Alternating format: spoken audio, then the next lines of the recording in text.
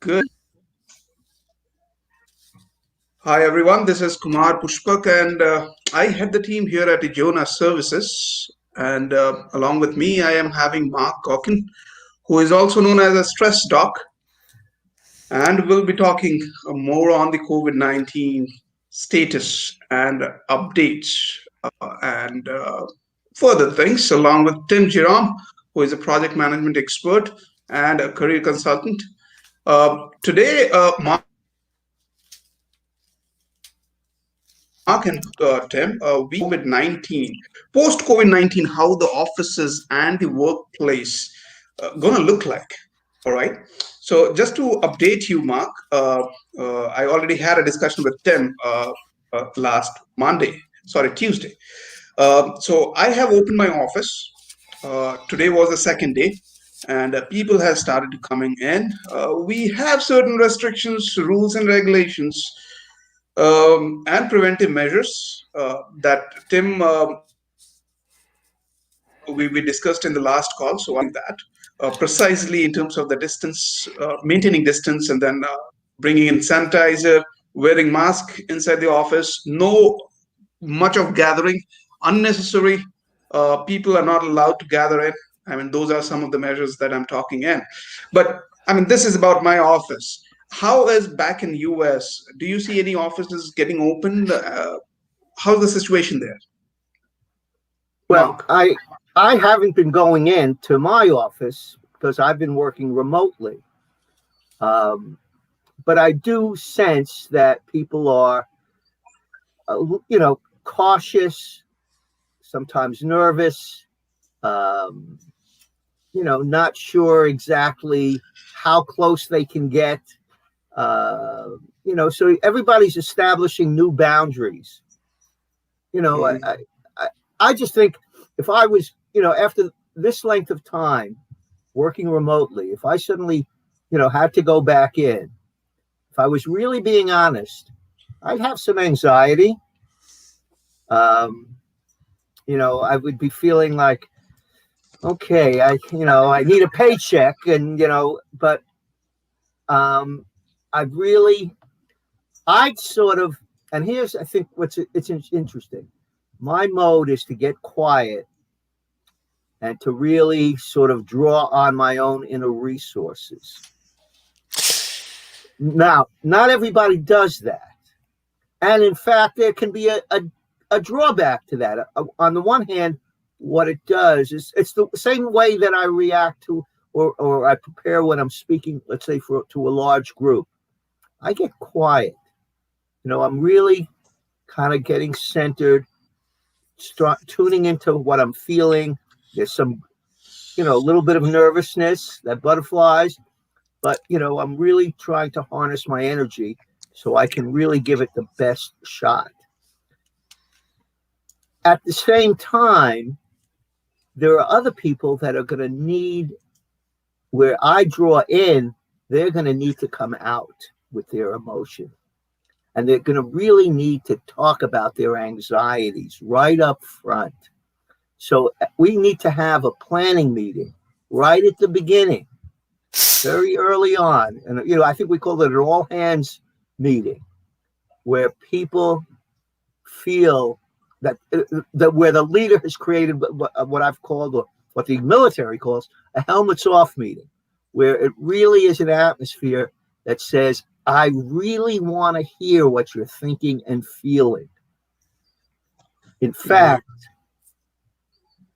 we can't proceed with any chance of real success in this environment unless there's a sense that people can be open and honest. We don't have to be ashamed of talking about our concerns, our anxiety, and we can learn from each other by just this openness.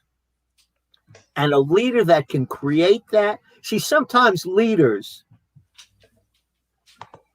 because they have more access to information, because they are basically setting the structure,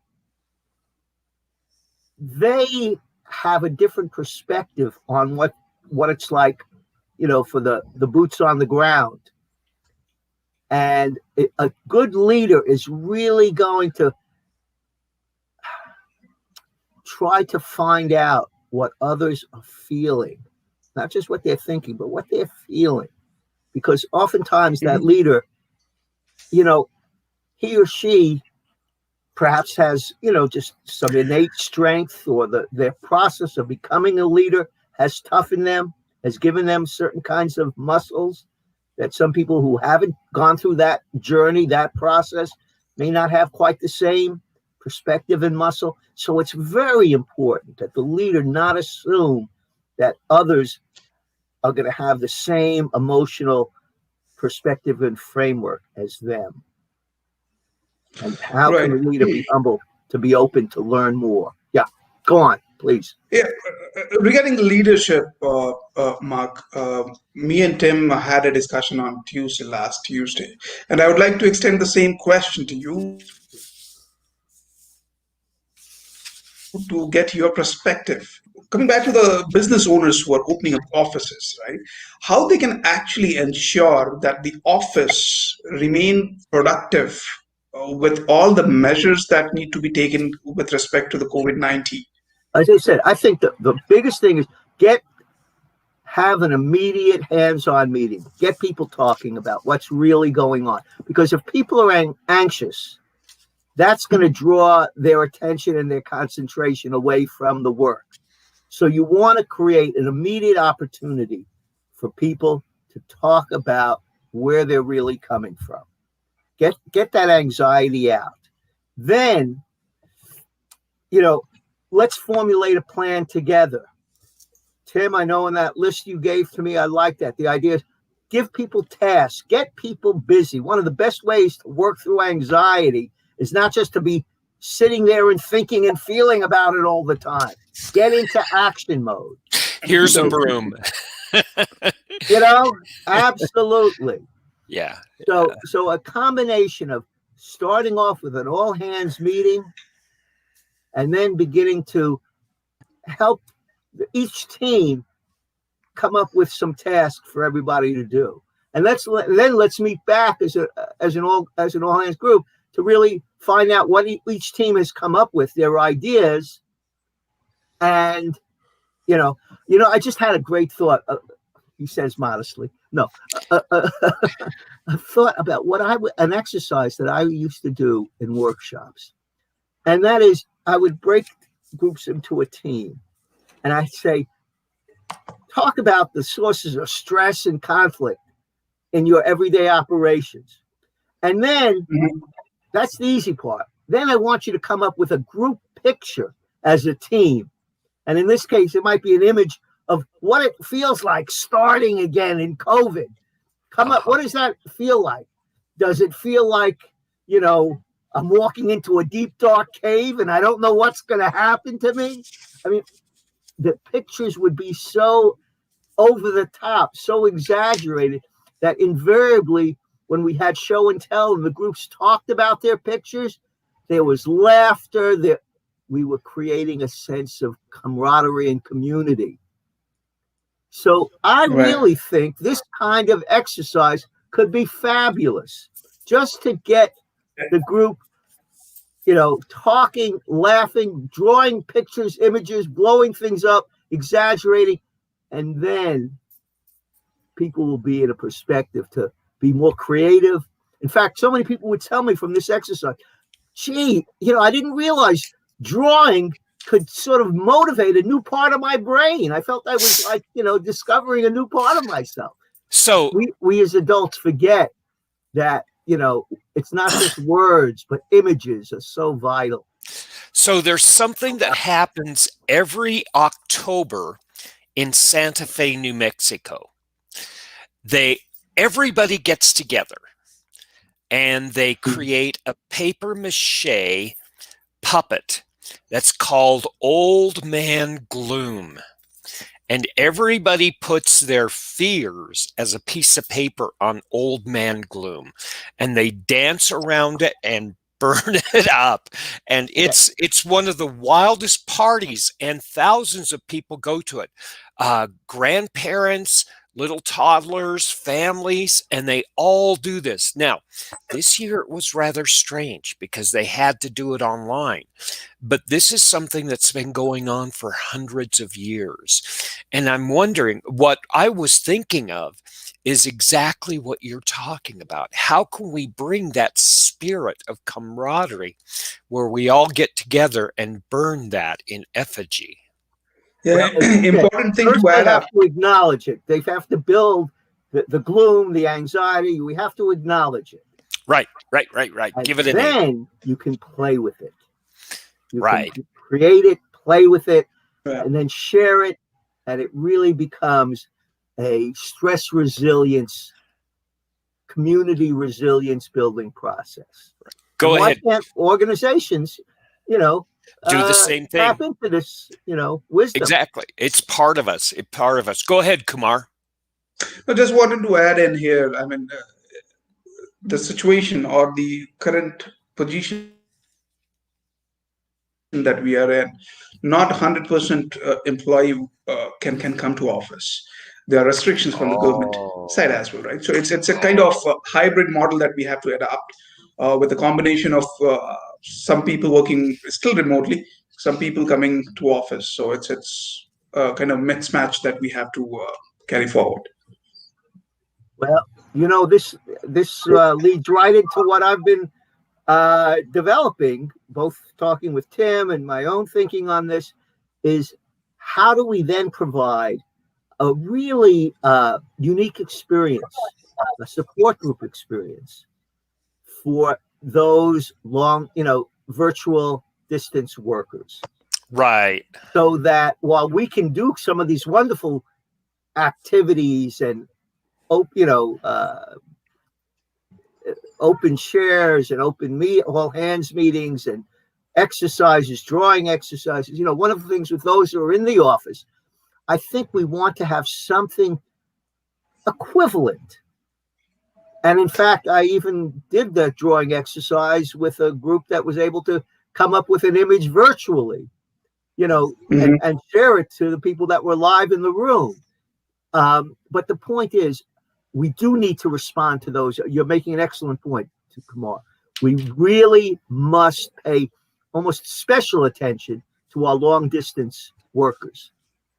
And while some people think, oh, they have it easy staying at home, in fact, where research is more and more showing that these people are dealing with isolation, stress. I think even you said, they want to go back to work, but they may not be able Yeah. to for whatever variety of reasons. So we know staying at home, working at home with the kids, with your spouse, with whoever, has its own unique demands and challenges. So we need some kind of support group. We're really enabling these folks to turn to one another, to get real support from one another as they share their individual challenges, their story. I've seen this work now with so many different groups that I've been facilitating. It really is almost magical when you give people a chance to really share what's going on in their lives, not just about work, but all the other things that are impacting their ability to work. Right. When you create that environment, suddenly you have people more motivated than they ever imagined. Yeah, and it gets even more interesting in an executive position like you, Kumar, because number one, you're working with all of the workers, and number two, you're working with your frontline managers and making sure that they're healthy so that they can help the workers do what we're talking about, and they have your full support.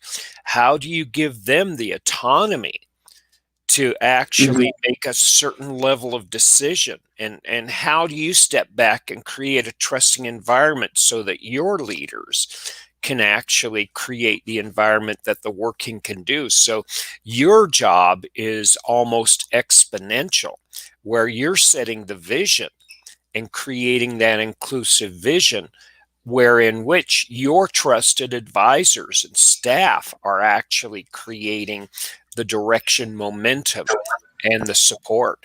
This is a really scary position where a lot of our Let, leaders are. let me ask, Kumar, how much communication have you had as a group with your managers?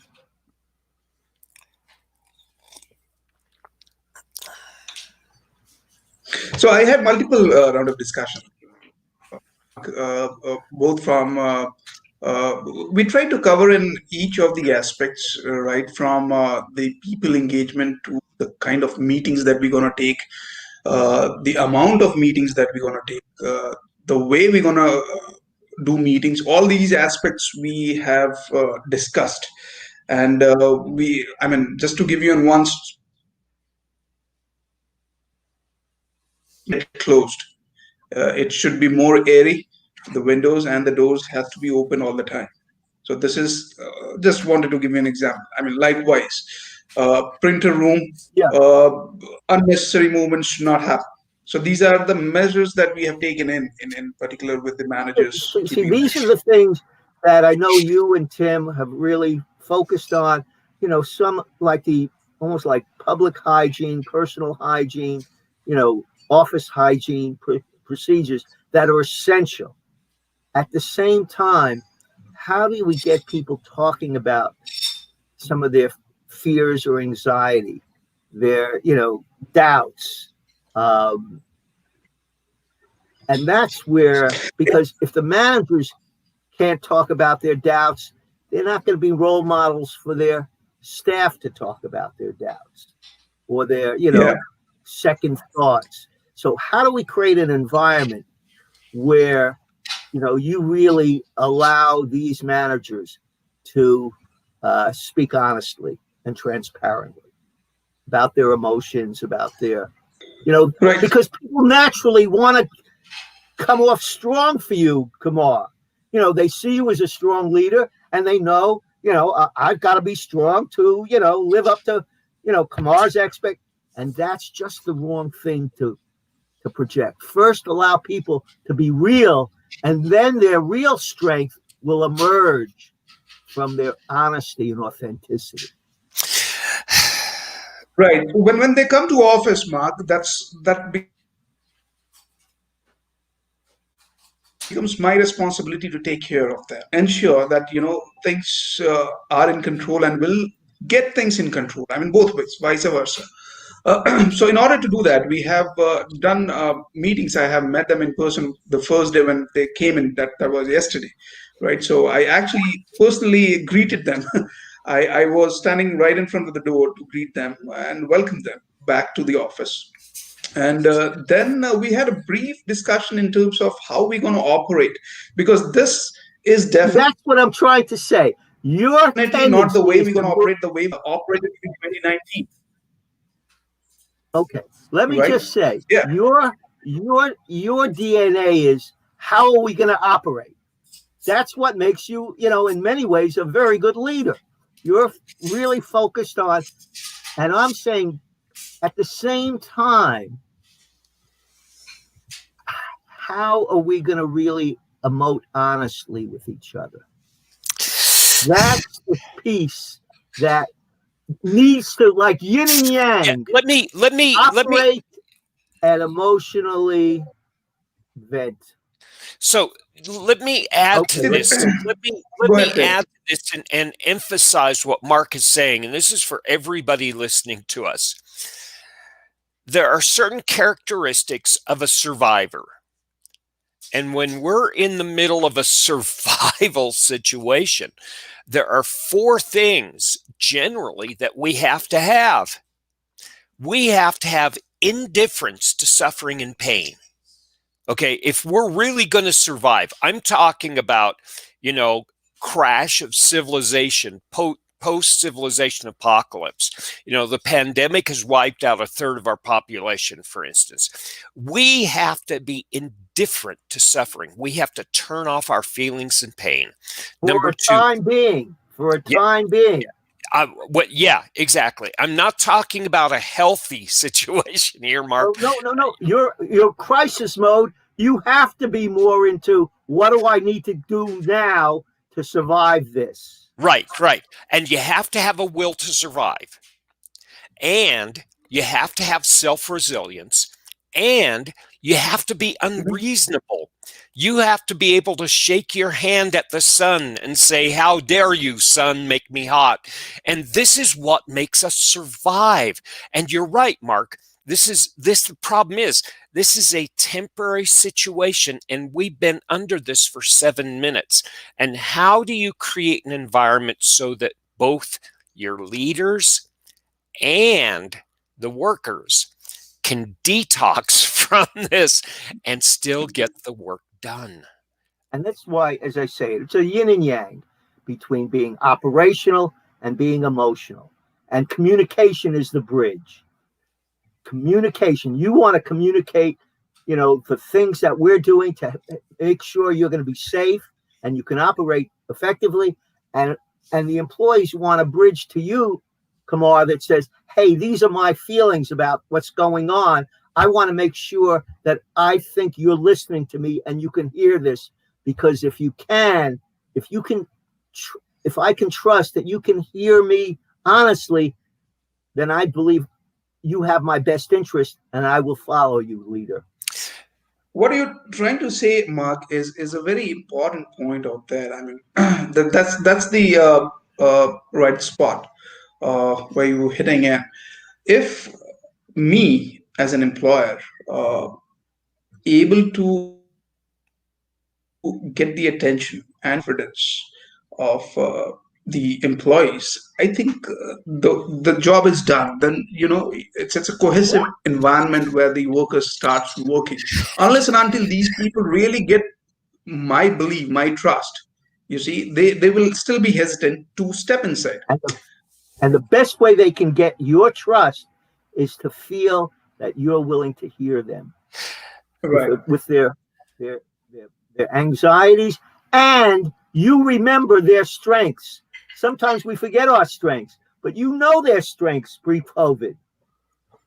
You will bring out their strengths through your encouragement, Right. your trust, your belief in them, and that's going to be how you nurture your environment, your climate. So this, Mark, I would like to write a book not on day 1. I'd like to write a book on day 2. Because day 1 is easy. All you have to show is inclusiveness and strength. Day 2, the leader has an even harder job, because you have to take care of yourself as well as others. As a leader, you're demonstrating strength. You're actually role-playing, and you're demonstrating what you want them to behave. You're saying, I'm afraid just like you, and I'm standing up and moving forward, and it's safe for you to too. And Kumar, like every other human being on the planet, you're carrying the weight that all of the people in the office are carrying, plus you're carrying the weight of all the people. So it's almost 100 times. It's as many people as you have times the burden that you have. So if you are taking care of yourself as well, you have a much better chance of not just being able to have an operations and an office that can move forward, but you can move forward with them. Long term, this has to be the way it is. Can I just reinforce something that you're doing, Kumar, that's very important? Yep. You're asking questions. Good leaders ask questions. They don't always give answers. They ask questions because they want to get more information. They want to hear from other people. They want to get new ideas. They don't have to pretend they have all the knowledge and answers. And I think that's the kind of thing. When you ask people questions, what are you really saying? I respect you enough that I'd like to hear your ideas on this subject. I value your input. What better message can a leader give? That they're humble enough not to feel like I have all the answers. True. So True. just doing that, asking questions of people, is, I think, So such I strength. true, Mark. So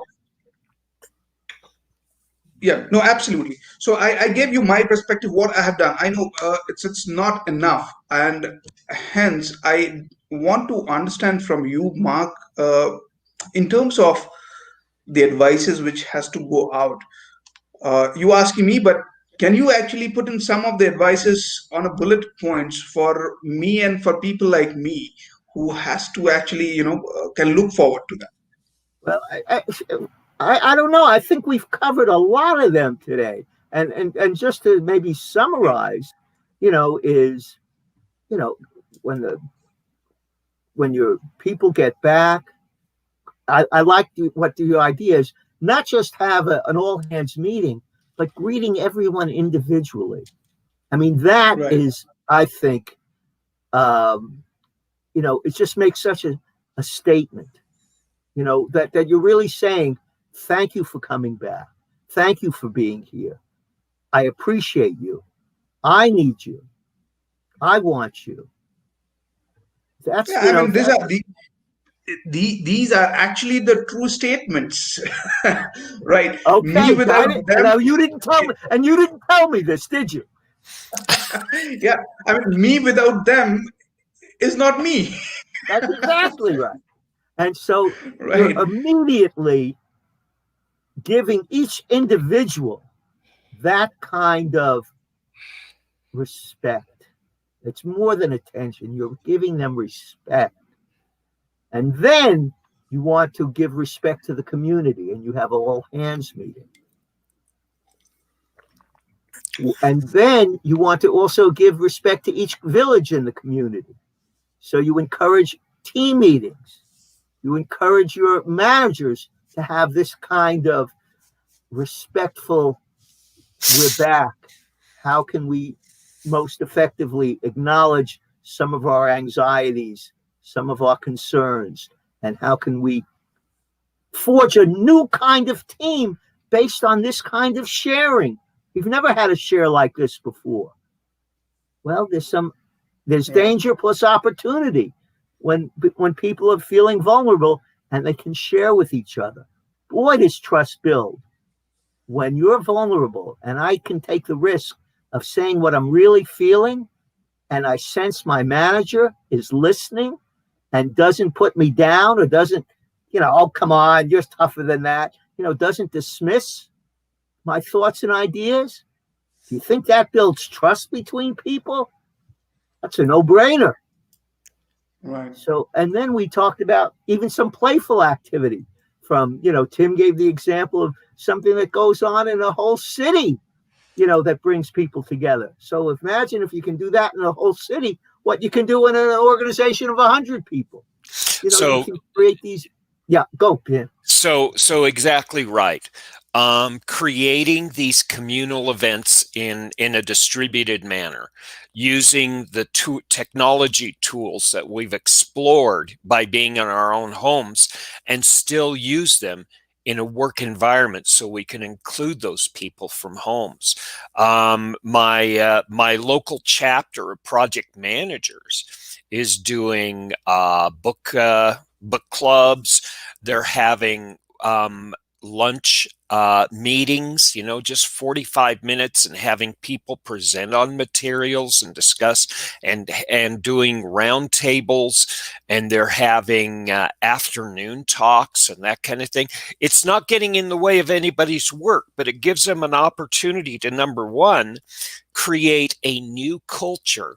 And this is where it gets really interesting. You and I have talked a lot about this, and one of the things is knowing you can change. And Mark, you've spoken about this as one of the real superpowers of being a leader and actually creating an environment.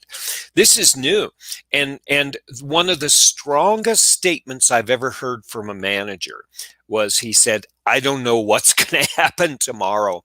We'd gone through 9/11. And he said, we have 5 people out on the East Coast. We're going to get in communication with them. We don't know how, but we'll figure that out. Everything's fine because we're working together. And it's knowing you can change and giving that confidence to the group. And like you said, Kumar, it's this is not me. This is the ability for us to get together, because us is so much stronger than me, and creating that acknowledgement that what will change around us will actually give us an opportunity to change and grow. And that's a beautiful statement for a leader to make, because all of a sudden people are given confidence and they're given a little bit of authority to go beyond what they've done today.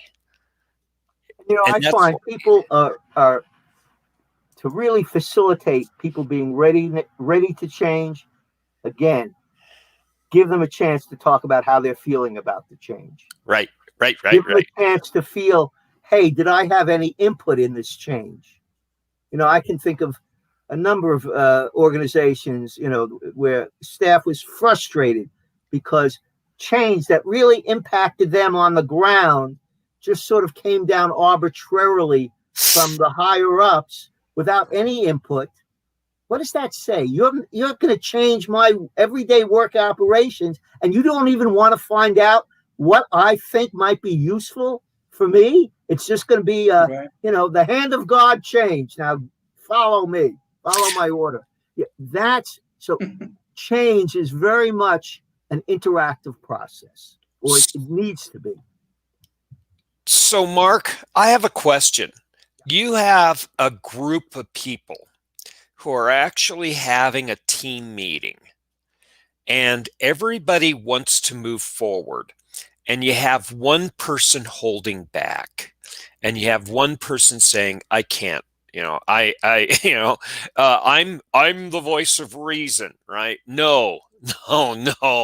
How do you deal with somebody who is actually pushing against the direction that you have to go, and yet you don't want to isolate them? Well, I would certainly give them the opportunity to articulate their concerns. Don't try to quickly, come on, listen to the facts, be reasonable. No, give them a chance to articulate their concerns. And then I would give the group a chance. Or I'd first ask the person, you've articulated your concerns. Are you willing to hear some feedback from everyone? Right. Because if the person says no, then that tells you something about, their credibility, their maturity. But say he says or she says yes, and we now have the group engaging with this person's concerns. If this person, it's like being in a jury. I've been sat on many, where we had to deliberate in the jury room, and oftentimes you have one or two people that are just, no, I don't agree. This person, I'm not going to see them as, guilty or innocent. And you have to let that person speak their mind. The other people will consider their arguments.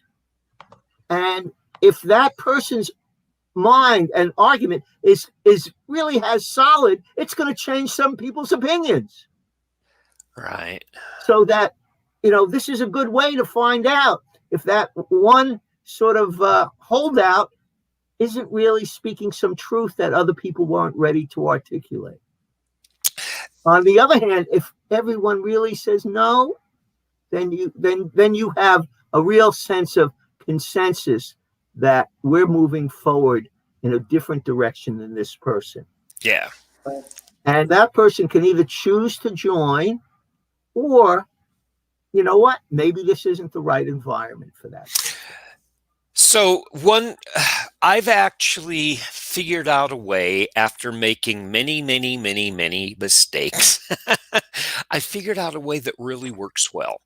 Number one, identify them to the entire group as someone who has an extremely low tolerance for risk. And we need that person as part of the group because they're sort of like the canary in a cave. You take a canary down into a cave, and they're the ones who tell you if there's dangerous gas before anybody else knows. That That's a great person. analogy. Now, at the same time, like you said, Mark, if there isn't any dangerous gas and that canary is still making a lot of noise, you can actually say, okay, here's your position and here's the group position. Okay? I value you. The group values you. And at the same time, we cannot move forward without you. Can I get you on record as saying this is your position and this is not your idea? But can you vote not supporting the idea, but support the group moving forward? And that way you get their commitment, not necessarily to support the idea, but to keep the group cohesive as a whole. And figuring out a way to actually create these two concepts so that that person feels valued at the same time they know that this situation has to be resolved and we will still move together as a group before that decision and after. This is hard. I also know that in any organization and any team, there are one or two people that are stress carriers, that are creating some dysfunction. And one of the challenges is for a leader is to, weigh both what Tim is saying. How can the leader try to incorporate this person, even if they, have some objection, but their perspective is valued, and we want you to be part of the team. But there are sometimes people, because of whatever personal issues or problems, or they, sometimes it's a drinking issue, they are dysfunctional to that team. And unless they are willing to get the help they need, that person has to know that if they can't, really be a good enough employee, that their time with the company is in jeopardy.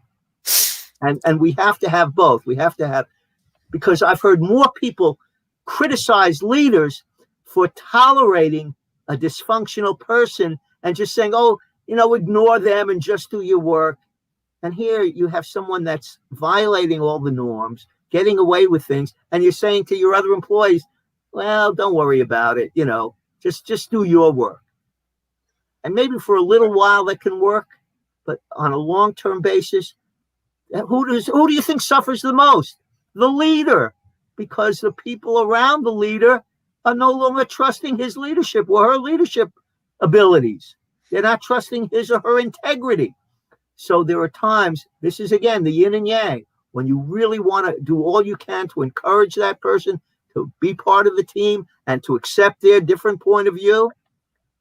And then there are times when if they don't change certain dysfunctional behavior, the leader needs to either say you have to get help for your dysfunction, and or if you don't get help, that's your choice, but I'm going to have to really hold you accountable to your job performance.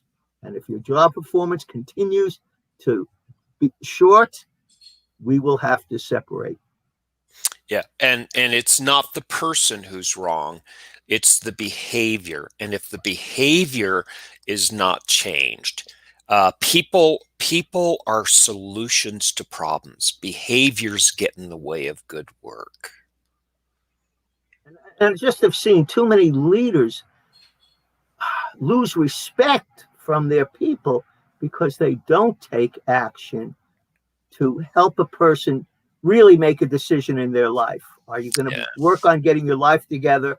Or if you're not, then we have to let you go. There, one of the things that you talk about, there's a term that's popped up in a lot of the public discussion of these things that are happening.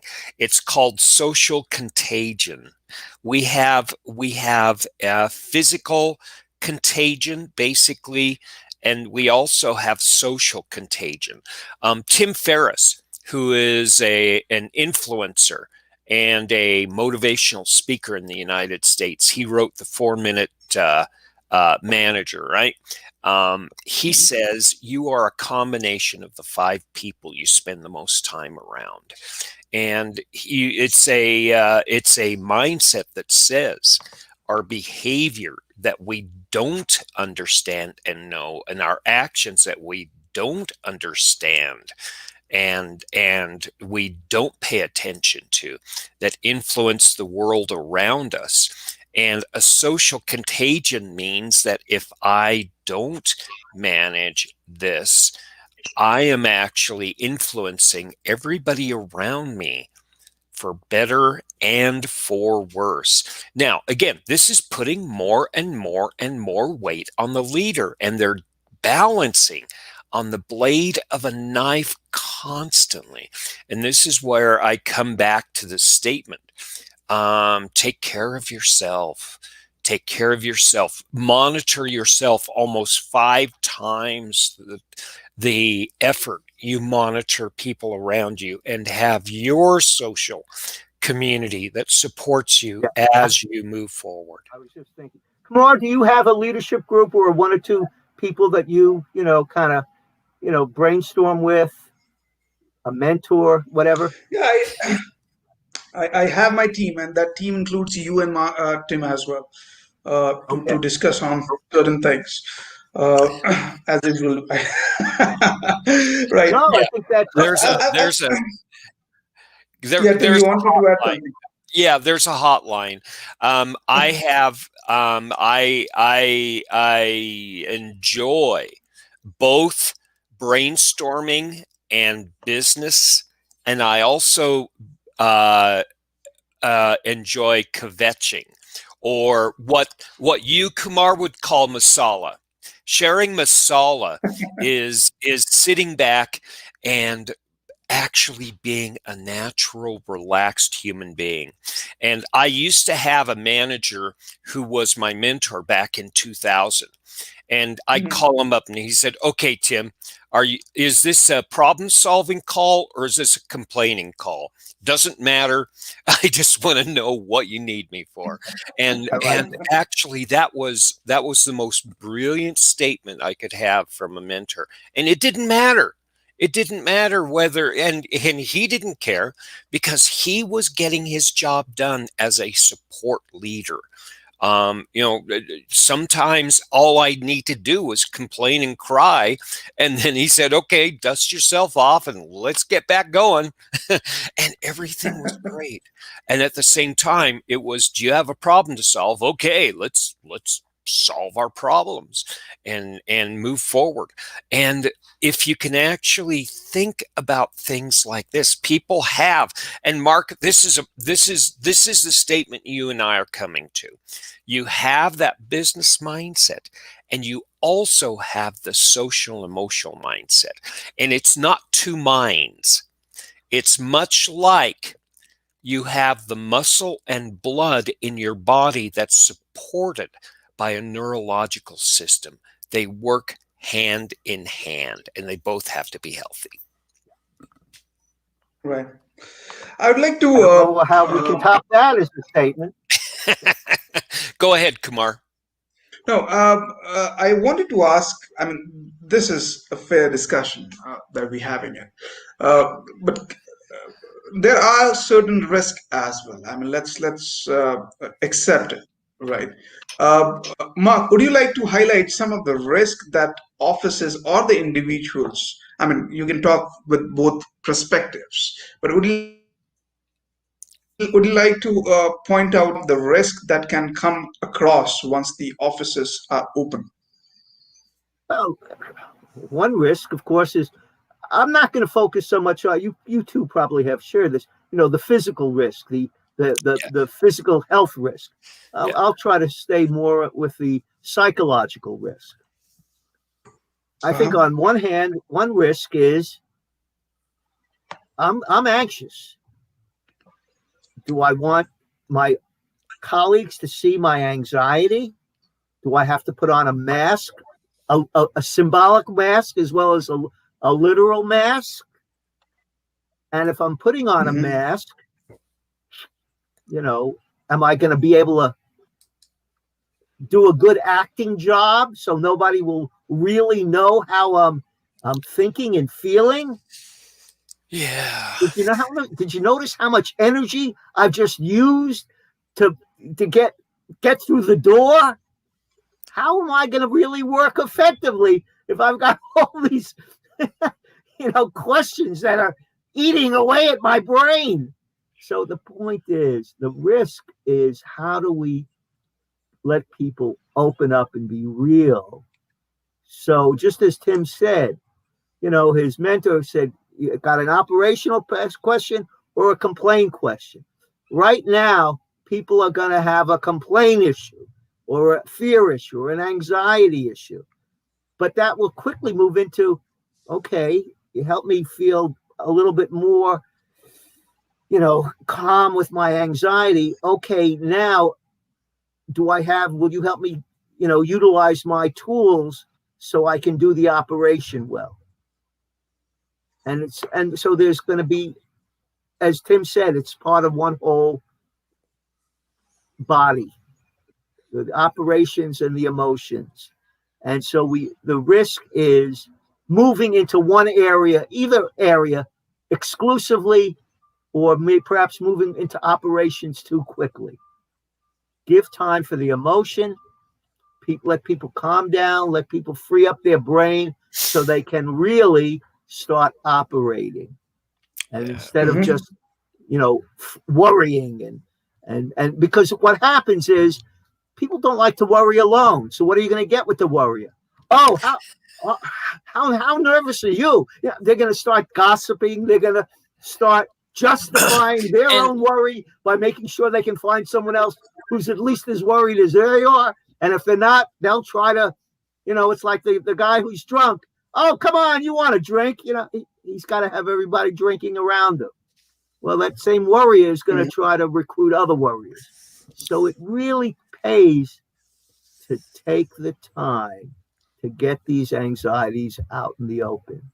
Let me give you some data points that actually stress what Mark's talking about. So I teach probably about 300 students a month. And I used to have a ratio of 2 questions to every comment. And I would have maybe 800 statements in 3 hours. I'm having 14 to 1,500 statements, and I'm having a ratio of 2 comments to 1 question throughout my lectures online. And it's saying that people need to be heard, and they're making secondary comments. And I'm spending 3 to 4 hours trying to understand and meet the emotional needs in my classes for every hour I'm in my class right now. And it's a struggle. I'm learning so much from my students, though. And I've had to say, okay, from the first minute in the class, I cannot expect attention from these people. I have to get them to settle down. 5 to 15% of them don't have jobs. 3 to 5% of them have not had a paycheck in 6 weeks. And all of this, and I have to get that out of their system before they're even going to start to listen to me. And this is really hard. And to be sensitive to this, and yet to also be able to be supportive and create a sense of confidence that we're going to get through all of this class together in spite of this is overwhelming. And I'm exhausted at the end of the day from these classes. I'm I'm overwrought, but at the same time, it is an opportunity for growth, personal growth for myself that I've never seen in my life. It's stepping up like this. And this is the benefit of leadership. You understand that by stepping up and stepping into the challenge, you actually are going to be doing things that you never thought you could do before, which is incredible. And then just make sure you have some of your own self-care or a good mentor in place to help you sort of rejuvenate after Yeah. the, you know, after the exhausting performance, as it were. Yeah, exactly. Exactly. And that's why we band together. That's why we create our trusted advisors, and that's why we create our tribes. Well, you know what they Right. say, misery doesn't just like company. They did research. Misery likes miserable company. So, Yeah. and so we really lean on each other's shoulders, and we really help revive each other. And that's what it's about. Kumar, do you have, we have still about 5 minutes. Do you have any last questions, or do you have any comments that we can actually wrap this up with? Right, Tim. I would like to end today's session with giving an update in terms of the framework that we are building for the offices to follow when they open up. So, if you could share the progress on it. Actually, we will be sharing this as an article and distributing it out. If you're interested in more of this discussion, we'll have an article very soon ready for you that talks about all the points that Kumar and I have been talking about, that Mark and Kumar and I have been talking about, and we can continue to talk to you. If you want to talk to us about it and bring it into a conversation, we're more than happy to. And you know, again, we all have our separate strengths, and together we're a mighty force. And we can actually discuss these issues. We're a good brain trust, but at the same time, let's provide you what you need today, whether it's tactical, whether it's emotional. Happy to be here for you.